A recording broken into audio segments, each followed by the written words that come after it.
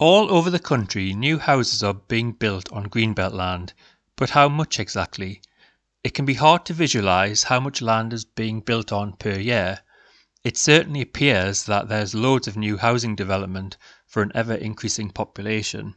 So how much green land is being developed per year? According to the Land Use Change Statistics compiled by the Department for Communities and Local Government, 2,105 hectares of land in 2013 was built on, which by 2017 had increased to 3,332 hectares of greenfield undeveloped land built on, a one-third increase in just 4 years.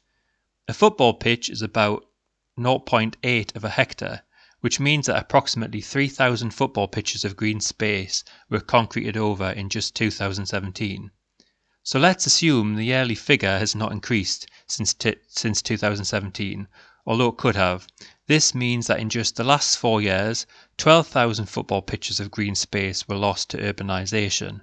Here is some other ways of visualising how much space has been built on.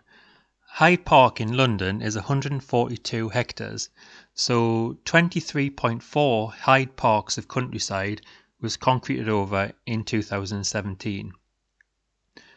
Richmond Park in West London is 1,000 hectares, so 3.3 Richmond Parks were lost in 2017.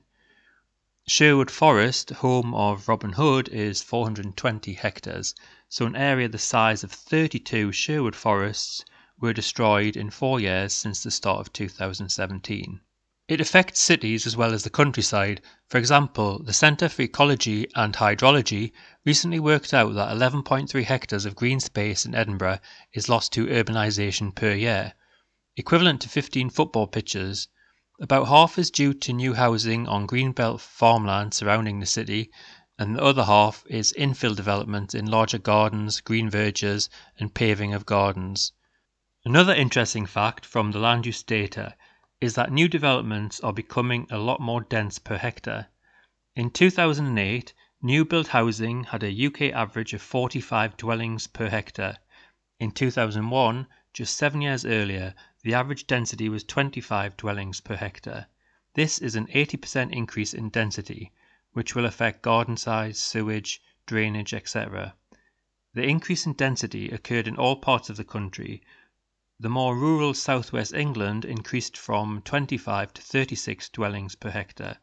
In London, it increased from 56 to 121 dwellings per hectare.